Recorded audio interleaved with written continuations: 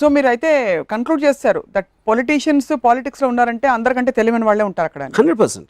Otherwise, how can they reach that position? ఎలా అంటారు అలాగా ఇప్పుడు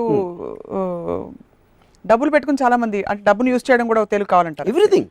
ఇప్పుడు తెలివి అనేది it is not about inventing కదా. తెలివి it's about playing with people's minds, it's about manipulating, it's about getting certain.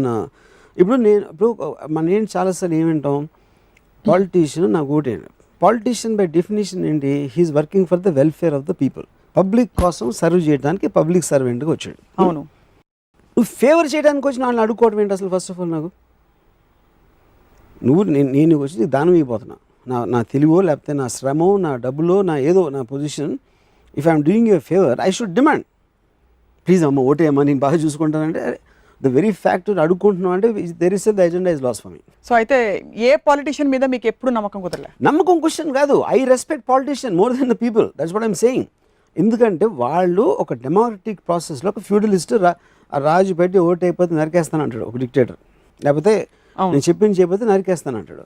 అది డెమోక్రటీలో కుదరదు కాబట్టి దండం పెడతారు. వాళ్ళిద్దరు ఎజెండా కూడా పవర్ అనేది అంటున్నాను. అజెండా మాత్రం పవర్.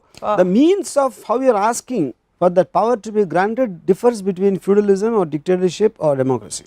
సో అహింసావాదం, గాంధీ గారు అహింసావాదాన్ని ఒక అస్త్రంగా యూజ్ చేసి ఇండియాకి ఫ్రీడమ్ తెచ్చిపెట్టారు. You think there was politicising or politicking there? See, 100%. The point is, ఎవరైనా ఒక మెథడ్ నేను ఒక కొత్తగా సినిమా తీస్తే నాకు పేరు వస్తుందని అనుకుంటా, అందరూ తీసేది కాకుండా. కొంతమందికి ఐడియా రావచ్చు, కొంతమందికి ఐడియా వచ్చి ఫెయిల్ అవ్వచ్చు, ఒకళ్ళ ఐడియా సక్సెస్ అవ్వచ్చు. ఓకే, కానీ ప్రతి ఒక్కళ్ళ ఎజెండా ఏంటి, నేను ఒక డిఫరెంట్గా చేయాలి. అది గాంధీ గారు ఒకలాగా చేశారు, సుభాష్ చంద్రబోస్ ఇంకోలాగా చేసి ఉండొచ్చు, ఇంకోళ్ళు ఎవరో ఇంకోలాగా చేసి ఉండొచ్చు. విచ్ ఎవర్ వాళ్ళ ఇది బట్టి. NT Rama Rao might have done something, KCR might have done something, Bal Thackeray would have done in some other way.